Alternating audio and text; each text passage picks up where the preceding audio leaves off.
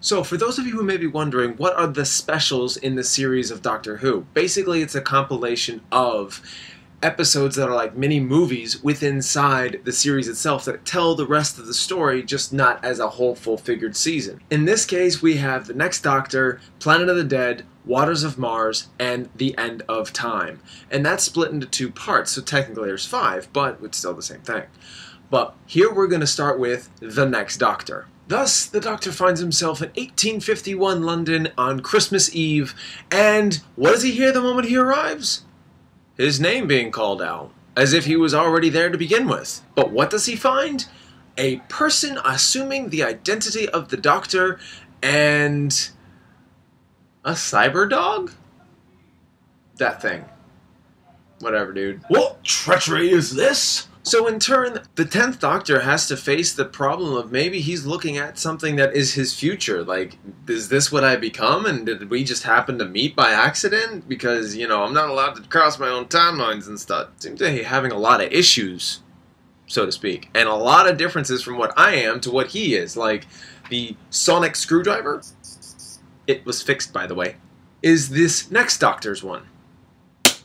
Sonic enough for me. And overall, it uncovers a sinister plot by the Cybermen that happened after the Series 2 event where everything was sucked into the void. But the Doctor finds out quickly of who this next Doctor is. And I won't spoil it for you in case you really want to see it. The next Doctor really opens our minds up to the idea that David Tennant's Doctor is leaving. It gives us the idea of, oh, okay, is this the next guy? Is this who we possibly may want to see next? You're not quite sure how to feel about it, because as the story goes on, you realize what's truly at stake, what truly has been going on, and you're like, well, that's pretty cool, but I'm not sure how to feel about it. In the end, I would give The Next Doctor a B. Mainly because things go pretty fast, doesn't give you a chance to really go and soak everything in.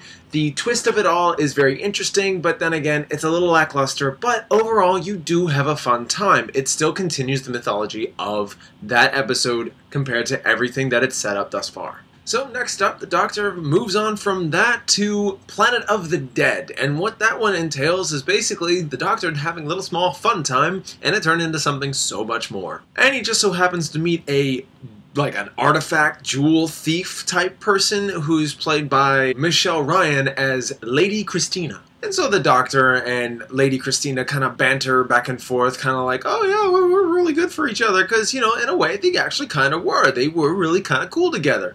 But what situation places them into this, and how they met in the first place, is a double-decker bus actually gets sucked through and through a wormhole, and they are just planted right in the middle of a desert. Right along with this is a bunch of innocent bystanders that the 10th Doctor and Lady Christina come up against, and they all just have to figure out how to survive and get back home in one piece. But I would definitely say, in the end, I would give Planet of the Dead a B. Mostly because it is one of those episodes that not a whole lot happens, it's much more dialogue mingling, it's a lot more like, it's a simpler plot. Much simpler and not complicated or anything like that, which is good. There is a moment, though, that really sets in the idea that the 10th Doctor's leaving. He will knock 4 times. So with that information, he saunters off to another place in Mars 2059, and he finds himself smack dab in the middle of another crisis that ends up being the turning point in history, if not the human race. Bunch of people in a space station on Mars are going to go through a hell of a tragedy. The Doctor's in the middle of it,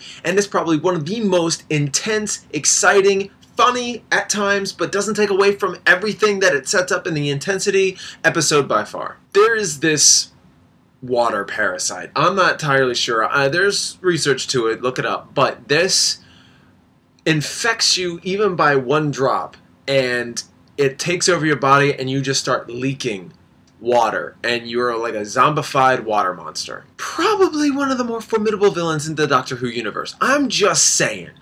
Formidable! In the end, it really results in some intense revelations, not only about the characters that are going to die in this base, but what the Doctor ends up facing every single time he gets in the middle of this. And by the end of it, you find him kind of shifting as a character a little bit. I am definitely telling you, this is one episode that still gives me chills even today. It is so great on how everything works out. But in the end, I would give The Waters of Mars an A+.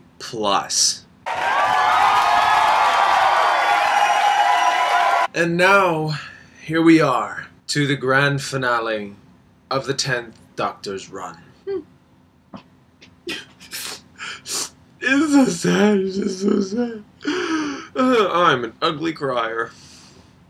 The plot, short and sweet and to the point, the Master has returned. And he was last seen in Series 3 when he was actually at the height of his power and where he was actually, like, he was a big deal. But now he's not so much. He's more or less been resurrected and now dying again because something went wrong and now he's dying inside and out. At the same time, the Doctor returns because he has been warned by the Ood. Someone has called the Master in and they have like these plans to try and heal the world, and the Master will take advantage of that. And then we have the Doctor. He's trying to figure out who's going to be knocking 4 times and then he dies. What's going to happen? And it results into so much towards the end. It doesn't start off spectacular. It grows and then it gets really good. And then it happens. It almost becomes like another episode within inside the episode, and you finally get to this moment where now the Doctor is done, you know, and it's not quite like, okay, time to regenerate. It's more like, I'm gonna milk this for all it's worth. And that is exactly what happens from there on. As soon as the big twisty ending finale type deal happens, you find yourself kind of like, oh, it's happening. It's happening. And what are you doing? Just had to cut myself out crying there. The Doctor starts saying goodbye to all of his companions, the people that he was involved with. We're not just saying goodbye to the Doctor himself, the 10th incarnation. We're actually saying goodbye to all the characters that we had met since Series 1. You've got yourself all these characters that you've gotten to know. And we're saying goodbye to them. And the finale, the end-all be-all, when the 10th Doctor finally just goes out in full glory of how he's supposed to change, that was our final goodbye. That was it. And his final words are actually more than just a tearjerker. It's more like, it's truth. Now, of course, sometimes it sounds like a little pansy when you say, I don't want to go. But if you consider the idea of how good you've done and what kind of personality that you are, you don't want that to go. And unfortunately, the 10th Doctor had to see that part of him go for something new. So this review has gone a little bit longer for the end of time, only because it's a much bigger event, because at this point, this was the first time the Doctor had lingered for us in this new generation, for everybody who had actually seen what has been going on. It was kind of warranted to see this elongated goodbye, considering everything that we have gone through with this Doctor alone. This was the first time we actually got to see him for his longevity, and, you know, to see him go was tragic. Absolutely tragic. So, in turn, I would say the end of time would definitely get an A+.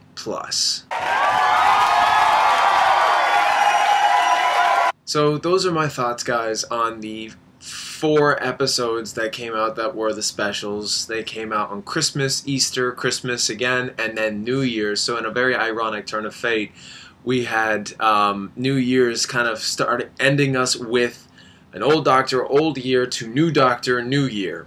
Funny enough. And now in steps, Matt Smith. And we're going to be hitting some changes indefinitely at this point. So that ends this review for the specials of Doctor Who.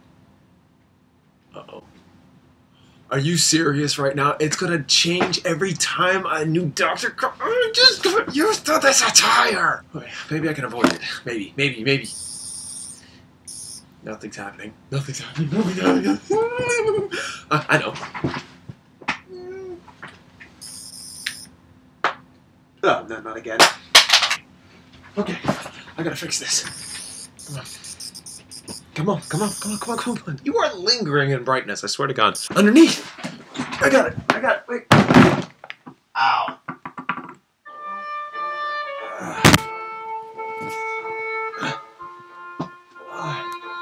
Okay. That wasn't so bad. So. Oh.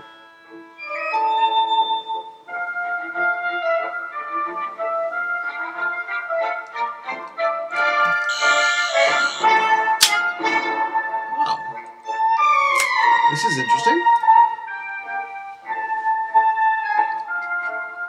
This is gonna go. None of this is staying. You understand? No. I'm